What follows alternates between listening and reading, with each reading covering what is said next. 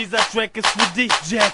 Du bayerische Weißwurst von Ryman Simon, der Berliner Bulette, und Blätter Pete, dem Berliner Eisbein.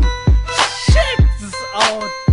Jack, Kira Friedrich, Madlum, Fatih, Maxim und Nitz, Gilberto, Masse, Zecke, Raphael und Bobic. Hertha BSC, die Macht von der Spree, oh Mann.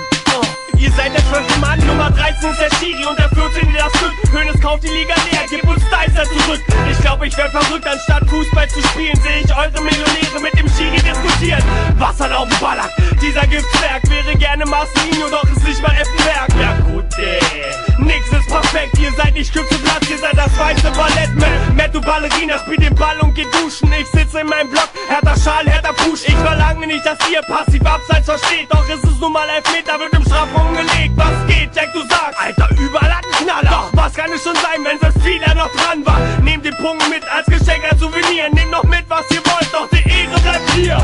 Hertha BSC, wir sind die Schönsten, die Größten, die Tollsten. Hertha BSC, wir können boomen und kämpfen und bolzen. Hertha BSC, wir sind die Schönsten, die Größten, die Tollsten. Hertha BSC, wir können boomen und kämpfen und bolzen. In der Schule war's like, ihr wurdet einfach Bayern-Fans, weil ihr leider keine 5 andere Vereine kennt. 10 Millionen Fans, die wenn's im Leben schon nicht klappt, einmal Sieger sein wollen mit nem Team, was nie verkackt. Ich komm direkt aus dem Stadion, trau nicht meinen Augen, was sich ein Haufen Millionäre in Berlin erlauben. Eure Frauen sind nicht tabu, sie gehen rum wie die vom Strunz. Nach der Weihnachtsfeier hat auch Franz nicht seine Frau gewumst. Was ist los mit FC Hollywood? Was ist los mit Kahn? Halt dein Maul, du Affe, und fang lieber die Bananen. Deine Jungs sind bemüht und schlagen sich ganz wacker, doch sie losen, denn mein Team hat die